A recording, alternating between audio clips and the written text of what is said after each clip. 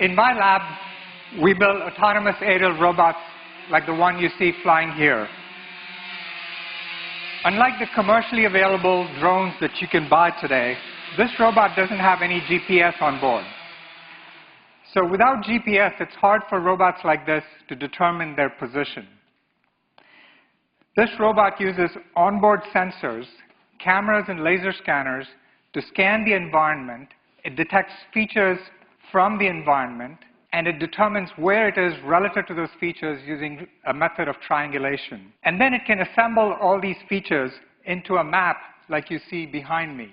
And this map then allows a robot to understand where the obstacles are and navigate in a collision-free manner. What I want to show you next is a set of experiments we did inside our laboratory where this robot was able to go through longer distances. So here you will see on the top right what the robot sees with the camera, and in the main screen, and of course this is sped up by a factor of 4, in the main screen you'll see the map that it's building. So this is a high-resolution map of the corridor around our laboratory, and in a minute you'll see it enter our lab, which is recognizable by the clutter that you see. But the main point I want to convey to you is that these robots are capable of building high-resolution map at 5 centimeters resolution, allowing somebody who is outside the lab or outside the building to deploy these without actually going inside and trying to infer what happens inside the building. Now, there's one problem with robots like this. The first problem is it's pretty big. And because it's big, it's heavy. And these robots consume about 100 watts per pound. And this makes for a very short mission life. The second problem is that these robots have onboard sensors that end up being very expensive, a laser scanner, a camera, and the processors. That drives up the cost of this robot. So we asked ourselves the question, what consumer product can you buy in an electronics store that is inexpensive, that's lightweight, that has sensing on board and computation? And we invented the flying phone.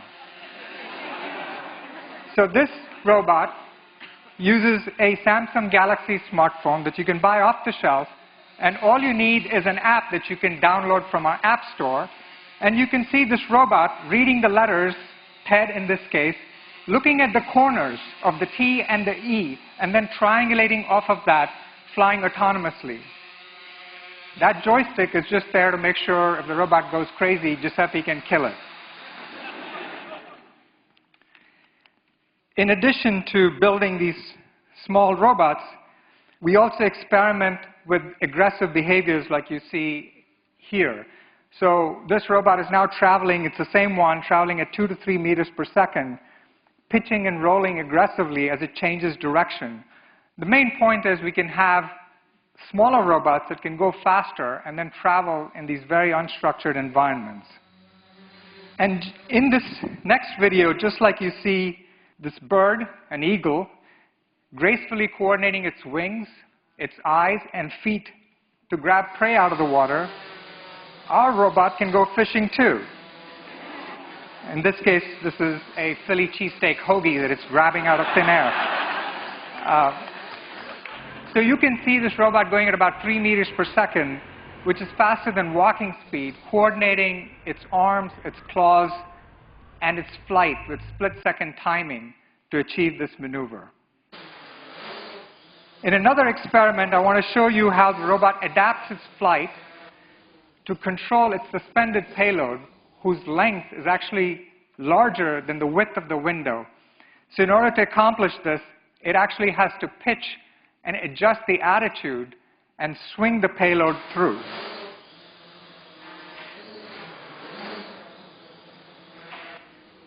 But of course, we want to make these even smaller, and we're inspired in particular by honeybees. So if you look at honeybees, and this is a slowed down video, they're so small, the inertia is so lightweight, that they don't care. They bounce off my hand, for example. This is a little robot that mimics the honeybee behavior. And smaller is better, because along with the small size, you get lower inertia. Along with lower inertia, Along with lower inertia, you're resistant to collisions, and that makes you more robust. So just like these honeybees, we build small robots, and this particular one is only 25 grams in weight. It consumes only 6 watts of power, and it can travel up to 6 meters per second. So if I normalize that to its size, it's like a Boeing 787 traveling 10 times the speed of sound. And I want to show you an example. This is probably the first planned mid-air collision at 1/20th the normal speed.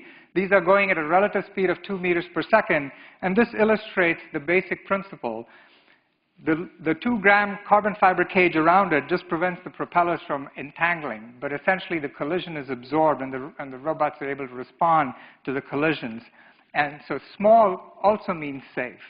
So in my lab, as we develop these robots, we start off with these big robots, and then now we're eventually down to these small robots. And if you plot a histogram of the number of Band-Aids we've ordered in the past, that's sort of tailed off now, because these robots are really safe. The small size, of course, has some disadvantages, and nature has found a number of ways to compensate for these disadvantages. And the basic idea is they aggregate to form large groups or swarms. So similarly, in our lab, we try to create artificial robot swarms.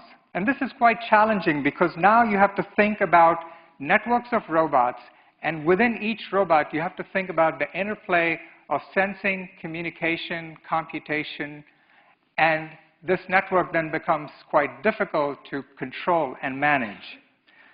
So from nature, we take away 3 organizing principles that essentially allow us to develop our algorithms.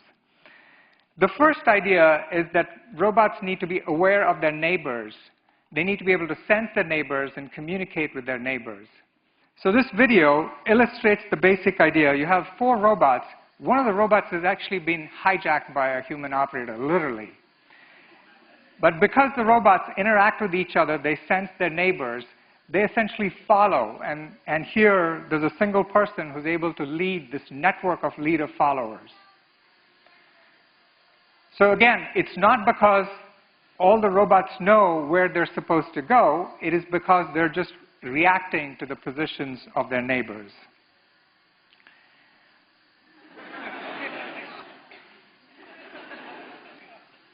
So the next experiment illustrates the second organizing principle. And this principle has to do with the principle of anonymity. So here the key idea is that the robots are agnostic to the identities of their neighbors. They're asked to form a circular shape, and no matter how many robots you introduce into the formation or how many robots you pull out, each robot is simply reacting to its neighbor. It's aware of the fact that it needs to form the circular shape, but collaborating with its neighbors, it forms the shape without any central coordination. Now, if you put these ideas together, the third idea is that we essentially tell these robots, we give them mathematical descriptions of the shape they need to execute. And these shapes can be varying as a function of time, and you will see these robots start from a circular formation, change into a rectangular formation, stretch into a straight line, back into an ellipse, and they do this with the same kind of split-second coordination that you see in natural swarms in nature. So why work with swarms? So let me tell you about 2 applications that we are very interested in. The first one has to do with agriculture, which is probably the biggest problem that we're facing worldwide. As you well know, 1 in every 7 persons in this earth is malnourished. Most of the land that we can cultivate has already been cultivated. And the efficiency of most systems in the world is improving, but our production system efficiency is actually declining. And that's mostly because of water shortage, crop diseases, climate change, and a couple of other things. So what can robots do? Well, we adopt an approach that's called precision farming in the community. And the basic idea is that we fly aerial robots through orchards, and then we build precision models of individual plants.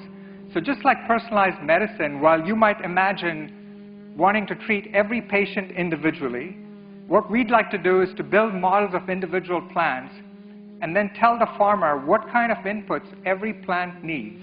and the inputs in this case being water, fertilizer, and pesticide. And here you'll see robots traveling through an apple orchard, and in a minute you'll see two of its companions doing the same thing on the left side. And what they're doing is essentially building a map of the orchard. Within the map is a map of every plant in this orchard. And let's see what those maps look like. In the next video, you will see the cameras that are being used on this robot. On the top left is essentially a standard color camera. On the left center is an infrared camera. And on the bottom left is a thermal camera. And in the main panel, you're seeing a three-dimensional reconstruction of every tree in the orchard as the sensors fly right past the trees. So armed with information like this, we can do several things. The first and possibly the most important thing we can do is very simple. Count the number of fruits on every tree. By doing this, you tell the farmer how many fruits she has in every tree and allows her to estimate the yield in the orchard, optimizing the production chain downstream. The second thing we can do is take models of plants, construct three-dimensional reconstructions, and from that estimate the canopy size, and then correlate the canopy size to amount of leaf area on every plant. And this is called the leaf area index. So if you know this leaf area index, you essentially have a measure of how much photosynthesis is possible in every plant, which again tells you how healthy each plant is. By combining visual and infrared information, we can also compute indices such as NDVI. And in this particular case, you can essentially see there are some crops that are not doing as well as other crops. This is easily discernible from imagery, not just visual imagery, but combining both visual imagery and infrared imagery. And then lastly, one thing we're interested in doing is detecting the early onset of chlorosis. And this is in orange trees, which is essentially seen by yellowing of leaves. But robots flying overhead can easily spot this autonomously and then report to the farmer that he or she has a problem in this section of the orchard. So systems like this can really help. And we're projecting yields that can improve by about 10%, and more importantly, decrease the amount of inputs, such as water, by 25% by using aerial robot swarms. Lastly, I want you to applaud the people who actually create the future, Yash Mulgaonkar, Sikang Liu, and Giuseppe Loiano, who are responsible for the three demonstrations that you saw. Thank you.